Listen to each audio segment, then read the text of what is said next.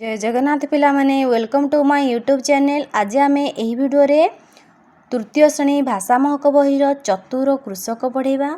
देख चतुर कृषक तामाने कौन जड़े चालाक कृषक बा चाषी है। देख विषय देख कृषकटी जमी रे काम करुथिला। देख ए कृषकटी जमी रे काम करुथिला।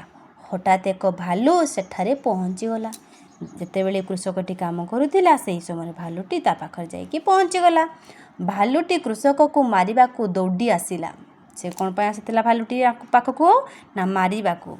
ताले कृषकटी डरी जाई कहिला मते काहेकी मारुछ। जेतेबेले भालुटी दौड़ी आसिला कृषक पाखू कृषकटी नेहुरा हे भालू को कहिला मते काहेकी मारुछ। फसल हेबाको दियो जहाँ अमल हेबो तुमको ताहा खाइबाको देबी। तमे मते काहेकी मारुछ। मु फसल अमल करे मु तुमको जहाँ हबो मु तुमको खाइबाको देबी बोली कृषक कहिला। भालू कहिला हो ठीक अछि। भालू कौन कला कृषक कथा राजी हो गला। कहला हो ठीक अछि।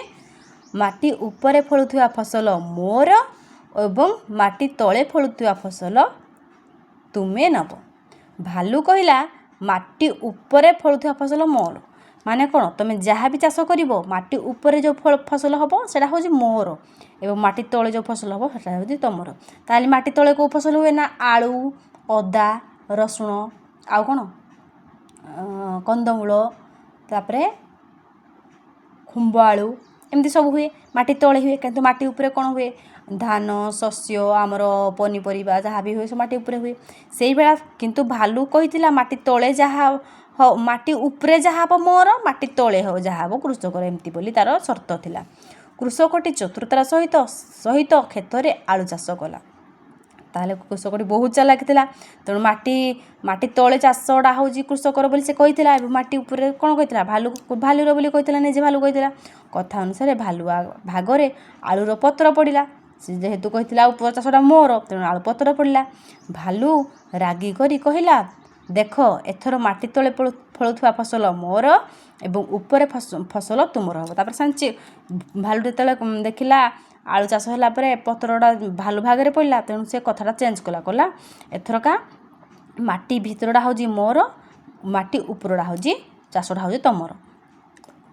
तार सतटा चेंज होला माने माटी ऊपर जहाँ हम किए नब कृषक नब एवं माटी तले जहाँ हम भालू नब। तापर देख पिला माने कौन तापर गछर चेर बढ़िला। तापर कृषक कौन कला से शर्त अनुसार से चाष कला गछर चेर बढ़िला। भालुटी कृषक को बुद्धि शिखाइबा बोली किसी चिंता कला। कृषक कहिला माटीर उपरे ओ तले फळुथिबा फसल एबे मोर हेबो। जेतेबेले ऊपर तापर जेतेबेले भालू भाग तलको आसिला तार चेर सब बढ़ला से ऊपर शस्य सब नहीं गला। एबे भालुटी कौन कला रागी गला एवं भालुटी कृषक को बुद्धि शिखेब बोली चिंता कला। एवं कृषक कहला माटीर ऊपर और तले जहाँ भी फलुची सब मु नेबी फसल एबे मोर। कृषकटी भालू कथा राजी है। कृषकटा कहला हो ठीक अच्छे। एथर कृषक भालू को बोका बनवाई आखु चाष कला। कृषकटी कौन कला जेहेतु सबुडे से अमंग है भालू तेणु कौन कला कृषकटी भालू को कौन करला बुद्धि शिखेब बोली ताको बोका बने बोली कौन कला कृषकटी भालू कथार राजी है। हो ठीक अच्छे। एथर कृषक भालू को बोका बनवाई आखु चाष कला। सेतेबेले आखु बड़ है भालू को आखुर ऊपर अर्थात पत्र और डाल चम चेर मिलला। एक कथा देखी भालूर मुंड घारीगला। जेतेबेले आखु बड़ है आखु बड़ होगला कि नहीं आखु को भालू को आखुर ऊपर अर्थात पत्र और चेर मिलला। जेहेतु ये कही मोर ऊपर जहाँ फल ताने आखुरे आ कौन फले कि पिला माने आखुरे कौन फले कि ताने कौन ये चालाक हो गला। आखु गछरे ऊपर किछि फले नहीं तो तले भी किछि फले नहीं केवल से कांड जो आखुर जो तार जोड़ा कांड से कांडटा को आम खाती। तेणु कृषक कौन कला आखुर जो कांड गुड़ाक भांगी भुंगा कि साइज रे नहीं गला जो पत्र तार चेर ए सब रखीदेला एडा भालू भागरे मिलला। एक कथा देखी भालूर मुंड घूरी गला। से साइज करिकिने एगुड़ा सब नहीं गला जेहेतु एटा फल नुहे कि एटा ऊपर से जानी एटा फल नुहे एटा कौन ऊपर फली कि एटा कांडटा ना ଆଖୁଡ଼ା ତେଣୁ ସେ ଉପରେ ଫଳିଲା ନାହିଁ ତଳେ ଫଳିଲା ନାହିଁ। ଭାଲୁ ଭାଗରେ କ'ଣ ପଇଲା ପତ୍ର ପଇଲା ଯେଉଁ ସଜଡ଼ା ମାନେ ସେ ସାଇଜ୍ କଲାକୁ ଯାଉ ଚେର ଚୁରା ବାହାରିଲା ସେଗୁଡ଼ା ୟା ଭାଗରେ ପଇଲା। ତେଣୁ ଭାଲୁ କ'ଣ କଲା ତା ମୁଣ୍ଡ ଘୁରିଗଲା। ଭାଲୁ ଆଉ କୃଷକ ପାଖକୁ ଆସିଲା ନାହିଁ।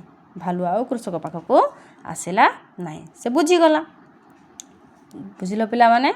ତାହେଲେ ଆମେ ଯଦି ଚତୁର ଥିବା ଚାଲାକ ଥିବା ଆମକୁ କେହି ବି ବୋକା ବନେଇ ପାରିବେନି। ଯେମିତି ପ୍ରଥମ ଥର ସେ କହିଥିଲା ଉପରଟା ମୋର, ଭାଲୁ କହିଥିଲା ଉପରଟା ମୋର ତଳ ତର, ସେ ଆଳୁ କଲା। ତାପରେ ସେକେଣ୍ଡ ଥର କ'ଣ କହିଲା ଉପରଟା ତୋର, କହିଥିଲା ତଳଟା ମୋର ଉପରଟା ତୋର। ସେଇ ସମୟରେ ବି ସେ ଗଛ କରିଥିଲା, ବିଭିନ୍ନ ପ୍ରକାର ଶସ୍ୟ କଲା। କିନ୍ତୁ ଲାଷ୍ଟରେ ସେ କ'ଣ କରିଥିଲା, ସେ ଯେଉଁ କହିଲା ଉପର ତଳ ସବୁ ମୋର ଭାଲୁ, ତେଣୁ ସେ ଆଖୁ ଚାଷ କଲା। ଆଖୁ ଚାଷରେ କ'ଣ ଆଖୁରେ କ'ଣ ହୁଏ ନା ଉପରେ ଫଳ ଫଳେ ନା ତଳେ ଫଳ ଫଳେ, କୌଣସିଟେ ଫଳ ଫଳେ, ସେ କେବଳ ଗଛ ହିଁ ହୁଏ, କୌଣସି ଫଳ ଫଳେ ନାହିଁ। ସେଇ ଗଛକୁ ଆମେ ସେଇ ଯେଉଁ ଗଛର କାଣ୍ଡଟାକୁ ଆମେ ଖାଆନ୍ତି।